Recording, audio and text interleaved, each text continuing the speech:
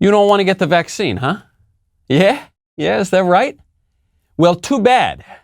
No more Mr. Nice politician. You keep resisting that vaccine, and Don Cuomo Leone is going to come on over to your house and make you an offer you can't refuse. We have to get in those communities, and we have to knock on those doors, and we have to convince people and put them in a car and drive them and get that vaccine in their arm. That is the mission. We're going to load them up in a car. That's my father, Kay, and Luca Brazzi's. Cuomo is not the only governor who's demanding that you take the jab. COVID cases are reportedly soaring. And apparently it's all because of vaccine hesitancy. But the problem, you see, with the Libs' new strategy of blaming vaccine hesitancy is that the leading cause of vaccine hesitancy is thugs like Andy Cuomo. I'm Michael Knowles. This is The Michael Knowles Show.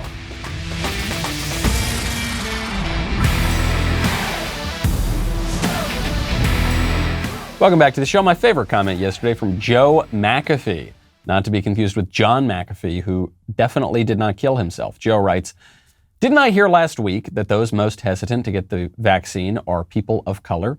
Why isn't this guy being called out, the one who's arguing about vaccine hesitancy, for his blatant racism?" Well, you see, because there are different sets of standards depending on how you identify in this culture gone mad.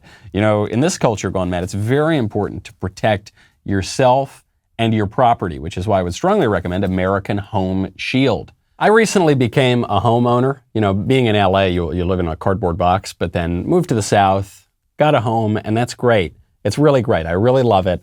Except that homes are money pits and things break, and no one likes to think about household breakdowns, but they happen. They happen way more often than you would like, certainly way more often than I would like, which is why it pays to have a plan from American Home Shield to help cover the costs to repair and replace things like your AC or your fridge. American Home Shield members get more coverage options and fewer exclusions. From HVAC systems and plumbing to kitchen appliances, their plans help protect parts of up to 23 essential home systems and appliances. In just the past few months, I've had breaks on, I think, all of those categories, as a matter of fact. So right now, to celebrate 50 years of providing homeowners peace of mind, you can take $50 off their most comprehensive plans ever.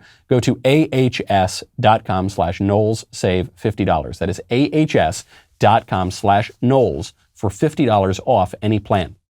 Do it right now. You will thank me later. Service fees, limitations, and exclusions apply. See plan for details. American Home Shield. Be sure with the Shield.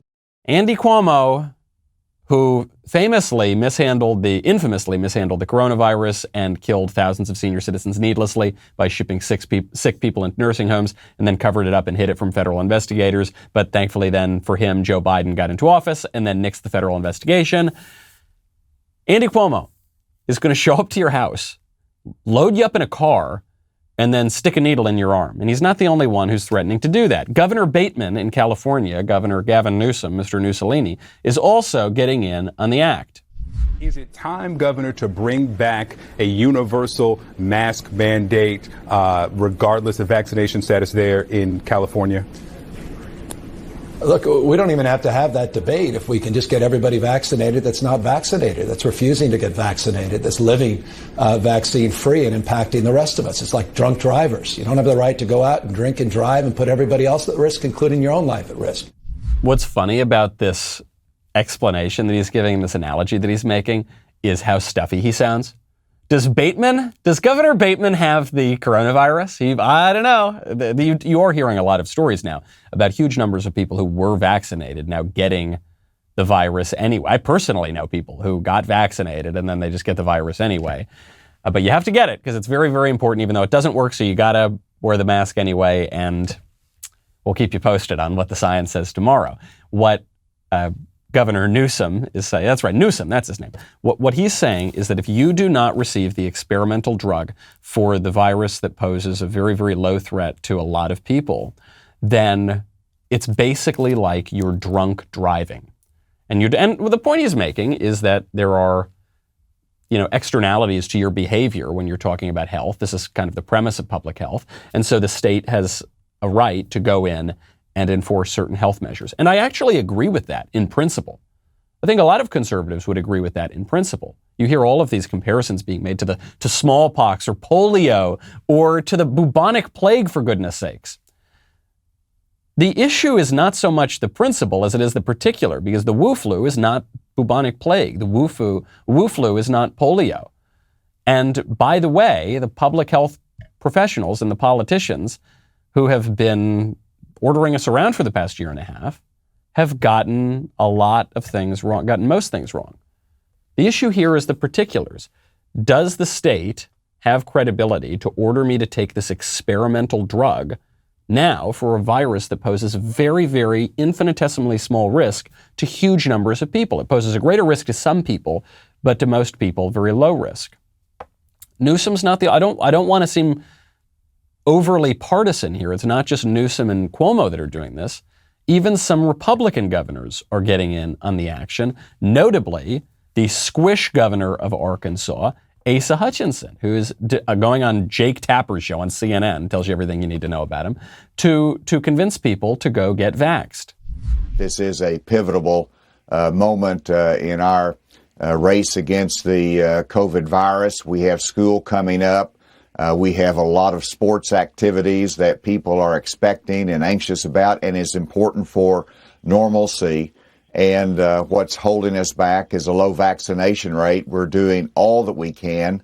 And I made the decision that it's really not what the government can tell you to do, but it is the community and their engagement and citizens talking to other citizens and trust advisors, whether it's medical community or whether it's employers. Those are key. That's why I'm having these town hall meetings. It's more than listening. It is really engaging the community. And so far, we've seen a 40% increase in our vaccinations since we started this. Our goal, get information out, help them to make the right decision, push the vaccination, and hopefully we'll be ready for school within the next month. So this guy's got a lighter touch, obviously, than Newsom, who is calling the people who are skeptical of the experimental drug, drunk drivers, who's comparing them to them, and Andrew Cuomo, who's threatening to go knock down your house and break your kneecaps, and then where your kneecaps once stood, inject you with the vaccine. So Hutchinson is saying, well, we're engaging with the community, and okay, fine. You'll recall that Asa Hutchinson is the Republican governor of Arkansas who defended transing the kids. He said that it was very important that we continue to allow pervert parents to mutilate their children and inject them with cross-sex hormones and all this sort of stuff. So he's not exactly the authority on conservative political philosophy. But it's not even just the squishes. We actually are at a turning point. I don't think it's a turning point on COVID and the fight against the Wu flu or whatever, but I do think it's a turning point on the way that people are going to be talking about this vaccine, because now even the Republicans are really going along with this, and even the conservative Republicans are. So Kay Ivey, who's the governor down in Alabama, generally speaking, a very conservative woman, she has harsh words for people who are not getting the vaccine. She says that we need to start blaming them for the spread of the virus. Let's be crystal clear about this issue. Media, I want you to start reporting the facts. The new cases in COVID because of unvaccinated folks. Almost 100% of the new hospitalizations are with unvaccinated folks. And the deaths certainly occurring with unvaccinated folks. These folks are choosing a horrible lifestyle of self-inflicted pain. Well, we've got to get folks to take the shot. Vaccine is the greatest weapon we have to fight COVID. There's no question about that. The data proves it. I've taken the shot back in December, both shots. And it's just the thing to do. So the unvaccinated is who we need to focus on. Y'all get them to start taking the shot. It's their job to take care of themselves and us as well. We can't do that for them. All we can do is everybody take the shot themselves. So encourage others to do likewise. So Kay Ivey, not mincing words. I mean, elsewhere she said almost, I think, explicitly blame the unvaccinated if the cases continue to spike. So what's going on here? Why the big switch? Because for a long time, you heard Republicans saying, well, people make whatever choices they want. Ron DeSantis is now strongly encouraging people to get vaccinated at all age levels. He's still got a lighter touch than Cuomo and Newsom, but still saying, go out there, get vaccinated. Why? I think the reason is, politically, there's no upside to telling people to make a prudential judgment. What's the upside to that? You're going to be blamed if the COVID cases spike. You're going to be blamed for any death whatsoever. Forget about deaths from heart disease, overdose, suicide, cancer, any sort of other, those deaths you're not going to be blamed for. But one person dies from coronavirus, you're going to be blamed for that if you're a governor, especially if you're a Republican governor. So there's no upside to telling people not to get vaccinated. Also because if someone does face a side effect from the vaccine, and there have been plenty of documented cases of that, the CDC and the FDA admit that. But if there will be, it's going to be so covered up by the media that you're probably not going to face a lot of blame for that. So all of the political pressure is in the direction of telling people to go get vaccinated. And yet, there are still a lot of people who don't want to do it. And as Kay Ivey is saying, all the numbers of people dying and being hospitalized from coronavirus are among the unvaccinated people. But notice they're not getting more specific. They're not saying it's unvaccinated 25-year-olds. It's unvaccinated 30-year-olds. No, because the people who are at greatest risk here are much, much older, or they have lots of comorbidities. So even still, you have this prudential judgment. If you're 80 years old, should you get the vaccine? I don't know. If I were 80 years old, I'd probably be leaning strongly in that direction. If you're 15 years old, do you need to get the vaccine? I don't know. If I were 15 years old, I probably would not be leaning in that direction, although for 15-year-olds, obviously their parents and their schools and other people are going to have a huge say over that sort of thing. And the New York Times is doing its best to ramp up the blame game. So the New York Times has a new article out, quote, "The Delta variant is the symptom of a bigger threat, vaccine refusal." I'm glad at least they're acknowledging that there are bigger threats than the Delta variant, goodness sakes. Because we were told for a year and a half that COVID is the single greatest threat to anyone ever in the history of the world. Now we've got the Delta variant, the Indian variant, and from the data, it seems that the Delta variant is actually less deadly than the original COVID virus, though perhaps it's more transmissible. But they're admitting, yeah, there's a greater threat. The greater threat is people not doing what we tell them to do. Here's the tweet. "Americans have been hearing for months about the frightening rise of the Delta variant. But the virus is not the root cause of surging infection rates in parts of the country. Vaccine refusal and hesitancy are to blame." Okay, fine, let's say that. Let's just go with your premise, New York Times, that the real threat here is not so much the variant as the vaccine refusal, because the vaccine is going to do a great job at stopping the spread of the variant, even though we're also told the vaccine doesn't do very much, so you got to wear a mask and you got to stop going places, whatever.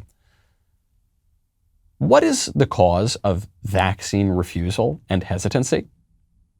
What is the cause of that? Because as our commenter pointed out at the top of the show, Black people are disproportionately likely to be skeptical of the vaccine and to refuse to take the vaccine. This is never mentioned in any of the mainstream media coverage here. And why, for instance, would Black people in particular be hesitant to get the vaccine? Well, as even the left-wing media will admit, because there have been very dodgy public health professionals in the history of this country who have pushed experimental drugs on Black people, and it hasn't redounded always to their benefit. Why would people generally be hesitant to get the vaccine?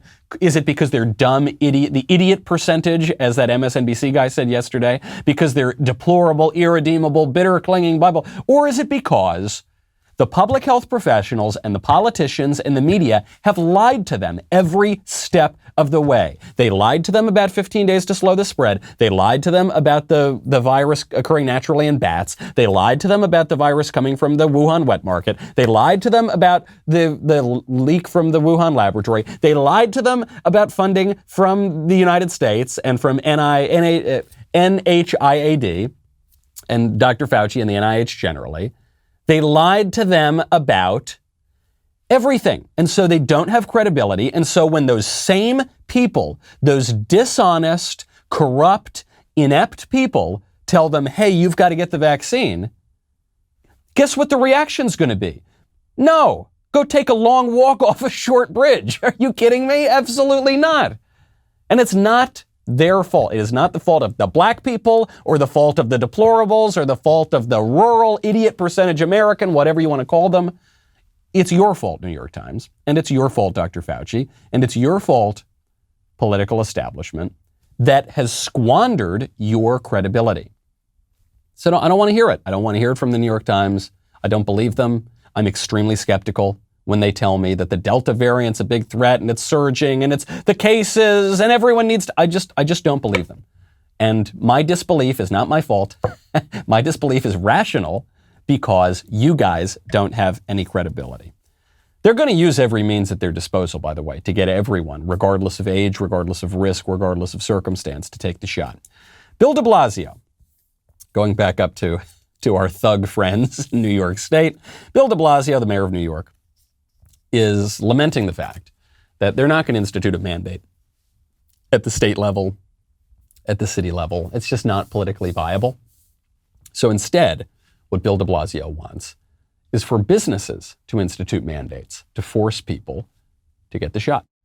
We announced this week that we are mandating that everyone who works in our public hospitals either has to get vaccinated one time, when you're fully vaccinated, you're done, or has to be tested every week for COVID. We'll give you every chance, but if you don't agree to one of those things, then you're suspended without pay. I'm calling upon all New York City employers, and including our private hospitals, move immediately to some form of mandate, whatever the maximum you feel you can do. Any form of mandate, including the type we're doing, the either-or approach, any type of mandate helps. It will move the ball. It will get more people vaccinated. It will change consciousness. So we have reached the limits of a purely voluntary system. It's time for more mandates. Now, Bill de Blasio basically wakes up saying this in the middle of the night since he was a child. It's time for more mandates. There's nothing a mandate can't fix. Need the mandate. COVID? Oh, sure. We need a COVID mandate. So he obviously wants to mandate these things. Another argument for skepticism here of the vaccine, et cetera. And I'm just describing to you why people are skeptical of this. I'm not even making the tightest, soundest, most logical argument. I'm just making an observation. Bill de Blasio is wrong about everything. He's wrong about absolutely everything. He's wrong about human nature. He's wrong about the way that the citizen should relate to the state. He's wrong about metaphysical things. He's wrong about physical things. He's wrong about abortion. He's wrong about immigration. He's wrong about the economy. He's wrong about everything. He's wrong about everything. And he's really, really insistent that you get the jab. Same goes for Cuomo. Same goes for Pelosi. Same goes. Now you're beginning to see some Republicans be a little bit more encouraging. But if you're the average ordinary person, you don't have a ton of time to pay a lot of attention to politics, and you see that the people and the institutions who are most insistent that everybody, regardless of risk, throw their prudence out the window and just get the jab, that all of those people and institutions are wrong about everything else, it is perfectly rational and natural for you to say, maybe they're wrong about this too. I'm not saying they necessarily are wrong about this too, but I'm just explaining, I'm just observing why people might be slow to get it. And you can see here the means by which the left is going to do this. And by the way, it's not even just about the vaccine. The vaccine and the public health dictatorship is just a very clear example of the broader problem of the blob of the liberal establishment that is going to use not just the force of government, but the force of every tentacle that this animal has to control you and shape your behavior and get you to bend to its will. So de Blasio says, yeah, okay, we're not going to be able to do this at the city level, so I'm calling on all businesses to do my will. I'm calling on all businesses to act as proxies, enforcement arms for the liberal state. And this is what the establishment does. It's not just the government.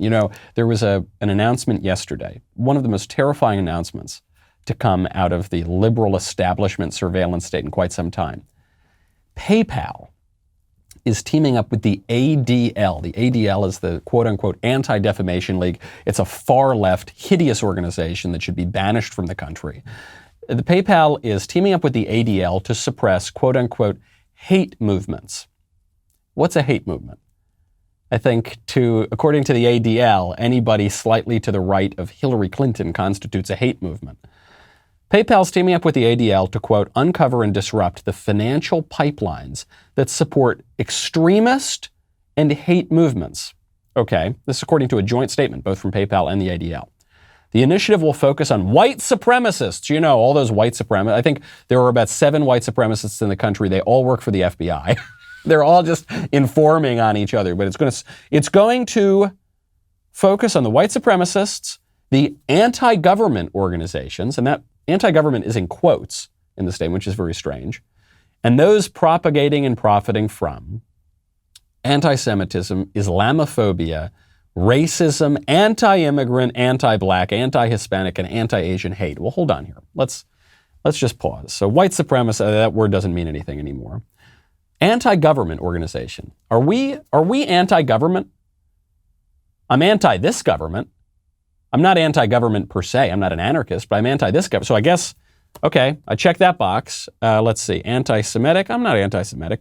Islamophobic. What is like an irrational? I don't think it's an irrational. I'm not Muslim. I don't support an Islamic takeover of the West. I guess I check that box. Racism. Again, that word doesn't mean anything anymore. Anti-immigrant. Well, I think we should drastically reduce immigration, both legal and illegal. So I guess I check that box. Anti-black. No. Anti-Hispanic. No. Anti-Asian. No. Hate. Well, what is? I don't know. The hate has been redefined again to mean just about any conservative movement. So, gosh. Even I'm a pretty moderate guy, and I check all those. I guess we should all be pretty worried about. Now, maybe you don't use PayPal. I don't really use PayPal that much. But I strongly suspect, this is just the shot across the bow, I strongly suspect that pretty soon this one financial institution is going to add on to it, some more financial institutions. And that pretty soon you will be ostracized if you in any way dissent from the dominant leftist regime.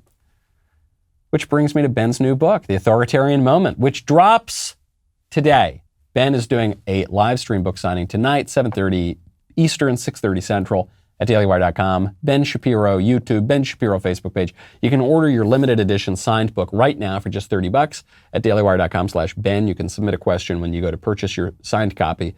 Ben may answer it during the live signing. That's dailywire.com/Ben to get your signed copy today. Be sure to tune into the live signing tonight, 7:30 Eastern, 6:30 Central, and mark your calendars because tomorrow we're going to be doing a special episode of Backstage with special guest Candace Owens. We'll be discussing how communism keeps trying to work its way into the American society, so do not miss it. We'll be right back with a lot more.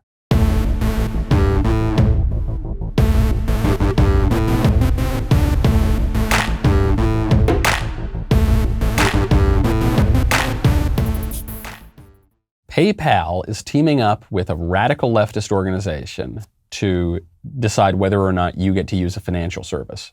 And if the radical leftist organization doesn't like your politics, which it so broadly defines a hate movement that basically anyone could fall into it, if you're in any way on the right, that they could prevent you from using a financial service. And I suspect more companies are going to sign on to this.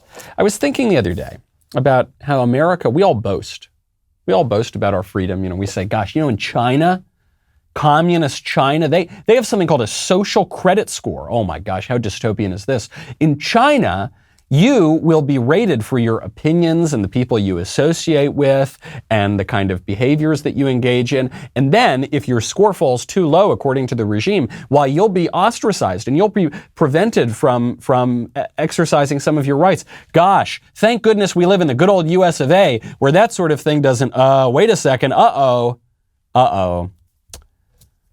Sure looks familiar to me.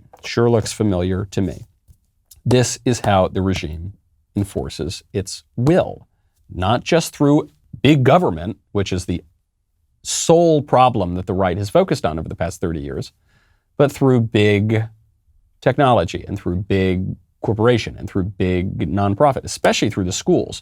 A fourth grade teacher is in slight hot water right now because she passed out a radical leftist, critical race theory inspired equity survey and told students to hide the survey from their parents. My name is Haley Asgar. I was in 4th grade at Riverview Intermediate School last year. During distance learning, I was asked to complete the equity survey. My teacher said that I could not skip any questions even when I didn't understand. One question asked us what gender file we identified with. I was very confused along with a lot of other classmates. A boy in my class asked my teacher if his mom could explain the question to him because even after the teacher explained it, he still didn't understand. My teacher told him that he was not allowed to ask his mom and that we could not repeat any of the questions to our parents. I want the school board to know how uncomfortable and nervous this made me. My mom always tells me I can tell her anything, but she also tells me I can trust my teachers too. Being asked to hide this from my mom made me feel very uncomfortable. I was doing something wrong. Thank you. I love it. Great job to this girl. You know, very often I don't like it when little kids go up and speak at the school board or speak at the town meeting or whatever and give some impassioned political speech. And then people on the left and the right say, wow, yes, she's speaking truth to power or whatever. Because I think that kids don't really know anything and so they shouldn't be giving political speeches. But that's not what this girl's doing. This girl is not giving her opinion about some political issue. She is just reporting facts that actually were being suppressed by the school. So the school is passing out this radical leftist equity survey, which has all sorts of hideous premises in it, especially on issues of race, and explicitly told, do not show this to your parents. Why? Because the parents will object, because it's radical leftism that's brainwashing these kids, and because the teacher believes that the school has the exclusive right to educate kids and parents have no rights whatsoever. So this girl comes up, good on her, and says, this is a big problem. How did this happen? Well, the school district in Minnesota, a lot of these radical policies are coming out of Minnesota, I'm noticing. In the Sartell-St. Stephen district, they hired the leftist Equity Alliance Minnesota to conduct an $80,000 audit on, quote, racial inequities within the school district. This according to Alpha News. And then students were required to complete a survey for the audit, and parents, taxpayers, were not permitted to know about this kind of a survey. When the left tells you that critical race theory is not being taught in schools, remember this story. We covered another story like this yesterday. What the schools are doing is they're going out and they are hiring critical race theorists. They are hiring people who are operating very much within the legal analytical framework of critical race theory to go in and rewrite curricula in schools. And they're paying these people handsomely to do it. And then your kids are being taught the products of that revision. That is happening. Do not let them gaslight you. Now, while the regime is pushing its radicalism through the schools, through the nonprofits, through the private businesses, through everything, some people are pushing back against these bureaucrats. Great story, and it's not really being reported on, coming out of Atlantic City. But it really highlights the political conflict we've got right now. Atlantic City has had a needle exchange. Needle exchanges are, generally speaking, liberal policies where you tell drug addicts to show up to a place, they can shoot up, they can do drugs, but they've just got to get clean needles, and so it prevents the spread, theoretically, it prevents the spread of certain diseases, but it still encourages these drug addicts to continue doing drugs. They just have to do it in a slightly more controlled environment. So Atlantic City, one of the more degenerate cities in the country, though I love it very much. I used to go there a lot when I was a kid, and coming from New York, you go to the Jersey Shore a lot. So I've got a really soft spot in my heart for AC. Not the greatest town in the world. They shut down the needle exchange after a spike in deaths from drug overdoses. The Oasis Drop-In Center serves 1,200 drug addicts. It's the only syringe service site in the Atlantic City area. It's the only place where, can you imagine how awful? It's the only place where druggies can go in and get more needles to shoot up with. It's being closed after a 7-2 city council vote. The decision was very unpopular among public health professionals. The public health professionals said, look, it's much better in our estimation for drug addicts to come in. They're going to keep doing drugs and destroying their lives, but they'll get clean needles to do it with.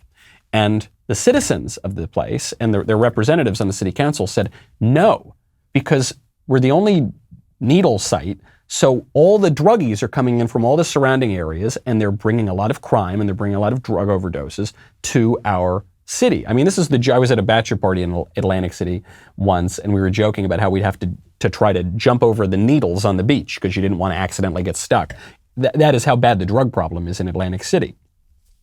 So the debate here was over what is best for the community. And the public health professionals were looking only in this very narrow lane of it is best to reduce the spread of certain diseases if we subsidize the drug use by giving new needles. But the political community was looking at the much broader question. What's better for crime? What's better for how we live together? What's better for the overall functioning of our community, be it on the economic level and the social level? What's better for kids? What's better for everybody? That was the battle that should have taken place during COVID, but unfortunately it didn't, because we, in our political community, handed over all the reins to the society to this one group of bureaucrats. And so the only thing that was said to matter was the spread of this one Wu flu, of the COVID cough. We neglected the economy, we neglected our civil rights, we neglected our traditions, we neglected civic associations, we neglected the church, we neglected everything else. When President Trump had his press conferences, it shouldn't have been the Dr. Fauci hour or the Dr. Scarf era. It should have been the economic advisor, the military advisor, the civil liberties advisor, everybody there to say, well, no, okay, you gain a little here, you lose a little here. So kudos to Atlantic City for reasserting an authentically political understanding. The nonprofits, though, speaking of civil liberties, by the way, the ACLU, one of the more ironically named organizations in the country, most of these nonprofits, often with ironic names, are just going to enforce the whims of the dominant regime. So the ACLU right now is going after the Second Amendment. The American Civil Liberties Union is now trying to undermine your Second Amendment rights, the Bill of Rights.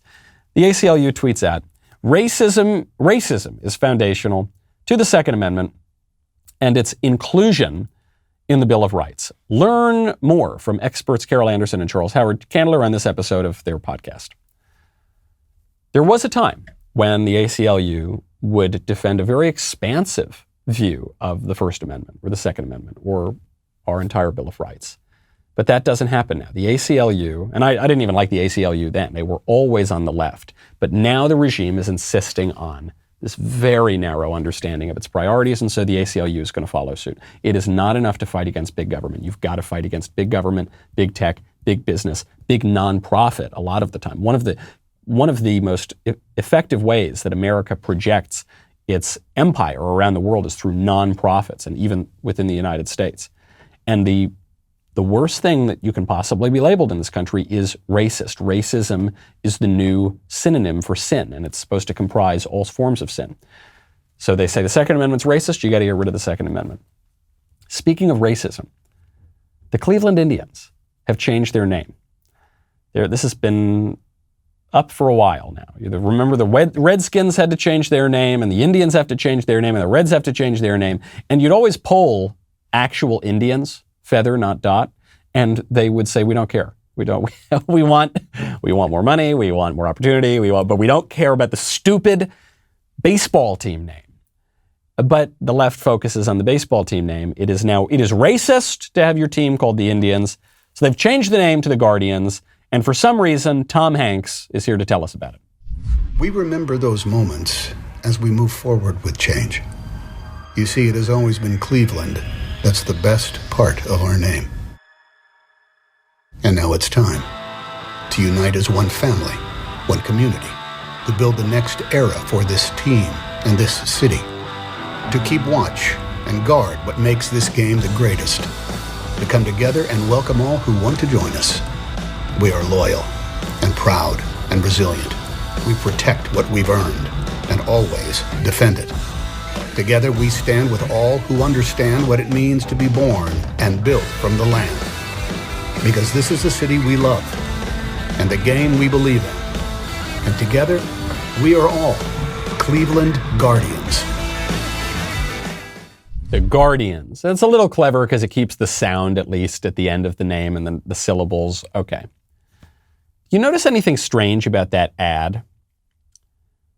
Well, if you were listening, one strange thing is, why is Tom Hanks the single whitest man ever born, I think, in the entire world? Why is he narrating this if the whole thing is about how whites were racist against the Indians? And okay, that's one question. And if you were watching it, something you might notice, a bit strange, as far as I can tell, there aren't any Indians in the commercial. The whole point was, we have wronged the Indians, and now we're going to make it up to them by changing the name. You'd expect the ad to be about Indians, but it's not. There's white people, and there's black people, and there's some Hispanic people, I think. Sort of a margin call for, but as far as I can tell, there's no Indians, which is the theme here. When establishment liberalism enforces itself through political correctness, through these new speech codes, through calling anything it doesn't like racist, what it does is it does not give new privileges to the Indians, for instance. It just erases them. So where once Indians, Native Americans, were represented and present in the Cleveland baseball team, now they're gone. They're just gone. They're just erased. They are no more. The Land O'Lakes butter lady. Remember, there's a Native American woman, illustrated by a Native American woman, by the way. She was sitting on a plot of land on the butter. Well, now she's been erased. But they kept the land. They got rid of the Indian and they kept the land. The story of the ages, isn't it? And this is supposed to be woke and politically correct. Just erase all the Indians. It's not just the Indians. Aunt Jemima. Aunt Jemima is a black character performed by a black actress, created by a black comedian, Billy Kersans, erased by almost certainly some white marketing lady at the syrup company. Completely erased. Now it's just the syrup. Now it's just old-timey syrup. This is, ironically, the effect, is to homogenize everything, remove any cultural eccentricity, any diversity whatsoever, all in the name of anti-racism. Just erasing. This is pretty funny. It's sad, but it's fun. There are some funny aspects to this inane and bizarre leftist racial ideology. I think the funniest turn of events in the new racial identity ideology, or the latest stage of the racial identity ideology on the left, is the racial advocacy pledge that just came out of a group called Dallas Justice Now. I love this. I want to frame this letter. I love it so much. It's a letter written to white libs who go along with this radical leftist racial group. To our white allies. This is an open letter to wealthy white liberals of HPISD from Dallas Justice Now. I guess from the school district to Dallas Justice Now. Talk is not enough. Commit yourself towards taking action and making sacrifices to correct centuries of injustice. Open up spaces for Black and Latinx communities by refusing, by refusing to send your kids to Ivy League and U.S. News & World Report top 50 schools, and encourage friends, neighbors, and family members to do the same. Imagine if those hundreds of thousands of spots at these institutions were occupied only by marginalized communities. Imagine the opportunities. We can achieve true equity within our lifetimes, but only if white folks are willing to sacrifice their privileges. Thank you. When I first saw this, I was certain that Dallas Justice Now was just a right-wing op, like it was just a joke. Because the point is, oh, great, hey, you white libs who post the black square and you show up in the streets and you pretend to care about this stuff. Cool. Don't send your kid to the Ivy League. Because your kids are going to the Ivy League at higher rates because statistically they get better SAT scores, and even maybe because they're better connected, or maybe you're donating to the schools or whatever. But even if it's just the SAT scores, so if your kids don't apply, then that won't be as big of a problem, and then our kids will get to go. So you're going to do that, right? Because you're an ally. Because you really care about this stuff. These white libs in not just this school district, but wealthy white libs and upper middle class white libs in every school district across this country would crawl over broken glass to secure their child a spot at Harvard, Yale, Princeton, Dartmouth, Penn, Columbia, Brown, any of those schools. Would do anything. Do you remember the Lori Loughlin, what's her name? The one who she paid a bunch of money to fake her kids' credentials so she could get into like USC or something. I mean, this is the obsession that these white libs have with sending their kids to the prestigious schools. And this racial advocacy group says, okay, you really care about us? Cool. Then give up that thing that you really like. And then it doesn't just end there. So you've got the carrot, right? You've got the enticement to do this, where you'll be an ally, it'll be so great. But then you've got the stick. So they write about the racial advocacy. Then they say, okay, so you've got to then take the pledge. I will not do this. I will not send my kid to whatever. And if you do not do this, you will be doxxed. So the Dallas Justice Now says they will publish the names of the parents who do not sign the pledge. So you got to sign the pledge, because otherwise you'll be doxxed, you'll be threatened. Obviously, after the summer of hate last year, you'll be threatened with violence, and you might have your home burned down. So sign the pledge. Hey, libs, this is the world you wanted. So sign the pledge. Something tells me they're not going to do that. But maybe they will, because they're afraid of having their homes and their businesses burned down. So much of this radical ideology being pushed, not just by the fringes, but by the regime itself, is not a matter of argumentation and logic. It's just a matter of brute force. Do this, or I'm going to come to your home and I'm going to throw you in a car and I'm going to stick you with a needle.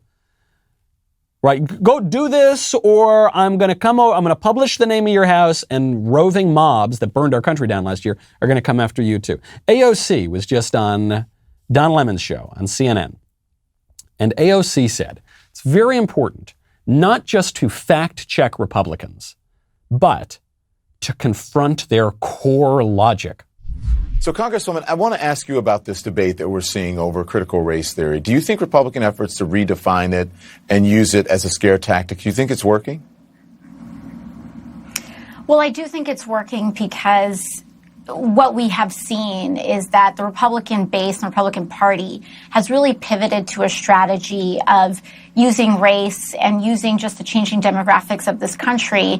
And as we saw on January 6th, using a white supremacist core logic in order to reanimate a very core fear in this country of the other. And so what's really important is that we come together and have a very strong rebuttal to that core logic, not just in fact-checking Republican claims, but actually confronting the core logic and addressing the core fears that they are trying to really tap into when they try to use terms like critical race theory as a proxy for just talking about race in schools in general. So she makes actually a good point. She makes a bunch of stupid points, but she makes a good point here. It's also worth noting, I don't want to let this get away. The left always tells us that if you believe that there is an intentional effort to change the demographics of this country, that it's a conspiracy theory and it's white supremacist and it's crazy. And yet AOC is admitting it here. She's saying that, yes, there is an effort underway to change the demographics of this country. We're doing it. And if you complain about it, you're a white supremacist too. So if you think it's real, you're a white supremacist. If we then tell you it's real and you object in any way, you're a white supremacist. Just wanted to point that out. But what she says here is it's not enough to fact check Republicans, because you have to confront their core logic. And she just keeps saying core logic, whatever that means. Logic is logic. It's not your logic and my logic and his logic. There is logic, right? And we use logic to make arguments to one another. So when you fact check, you are checking the person's logic, the logical progressions that they have made. And you can also check their premises, and you can, okay, fine. What AOC is observing, though, is she can't fact check the Republicans, because on the facts, Republicans are right, generally speaking, on whatever the issue of the day is. Okay? Generally speaking, the Republicans are more likely to be right than the Democrats. So she said, remember when she said, well, I'm not factually right, but I'm morally right. I'm not factually correct, but I'm morally right. So she's saying, yeah, we can't check their facts, but we can confront their core logic, meaning logic itself. The whole point of these new leftist theories is we're going to argue against logic. There is no objective truth. There is no faculty of reason. The phrase objective truth itself is a white supremacist dog whistle. And so we've got to confront that. That is what, not just critical race theory, but postmodernism, deconstruction, so many of these leftist arguments are about. Imposing one's tyranny of will absent any kind of logical argument. That's an offer you can't refuse, because they're going to make it with their fists. I'm Michael Knowles. This is The Michael Knowles Show. See you tomorrow.